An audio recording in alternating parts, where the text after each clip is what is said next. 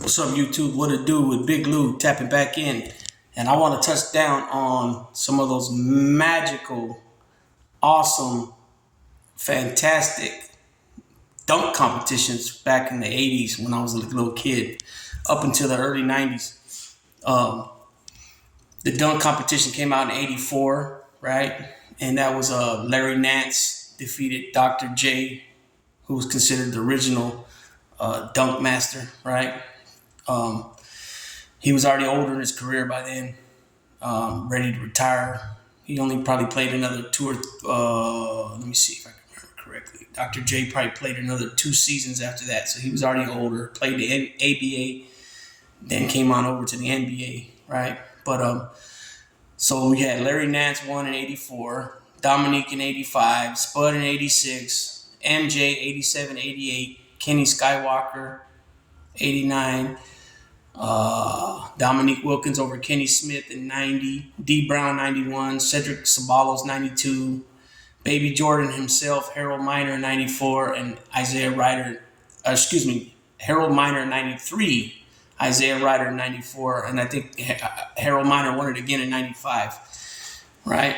And some of the legendary dunkers back in the day were, as we know, why he got his name Air Jordan before he was known as MJ was Air Jordan, right?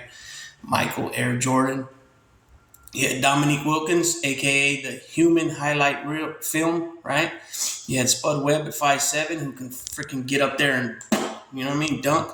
Larry Nance was 6'10", so he was a lot taller than a lot of other guys. Kenny Skywalker from the Knicks, and Gerald Wilkins, which is Dominique's brother. D Brown, Cedric Ceballos, Dr. J, of course, right? Some other guys who competed a lot in the beginning was Clyde Drexler, Jerome Kersey, Otis Smith of the Warriors, later of the Orlando Magic, Kendall Gill, Blue Edwards, Rex Chapman, Darrell Griffin, Orlando Woolridge, right? Those guys were definitely big time dunkers back then. You know what I mean? Nowadays, and then later on, you had Jason Richardson. You know what I mean? You had Zach LaVine. You had Aaron Gordon, Nate Robinson. You know what I mean? These dudes were dunk specialists. You know what I'm saying? But I mean, nowadays the dunks are boring because there's nothing new to create. I mean, the beginning of this in the '80s, Dominique and Michael Jordan and Spud only being 5'7", Kenny Smith only being 6'3", having springs like that too. They were doing things that weren't done before. Dr. J took off from the free throw line. Michael Jordan mimicked it, but he was a half a foot over. Nonetheless, he still has some iconic dunks posters. You know what I mean? Not to mention in-game dunks. You know what I'm saying? But the slam dunk contest 40 years later, or whatever it is, 38 years later, is nothing like it used to be.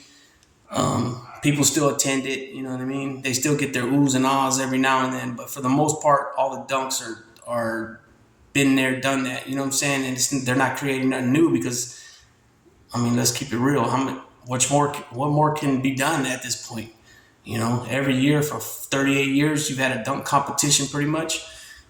You can only stay in the air so long to be going through your back, around your back, through your legs, and all that stuff. So it is what it is, but I just wanted to touch on the memories of the dunk competitions of the past, the early to mid 80s when it was, when Mike was Mike before he started being a finesse player, you know what I'm saying? And with that being said, Big Lou's going to tap on out.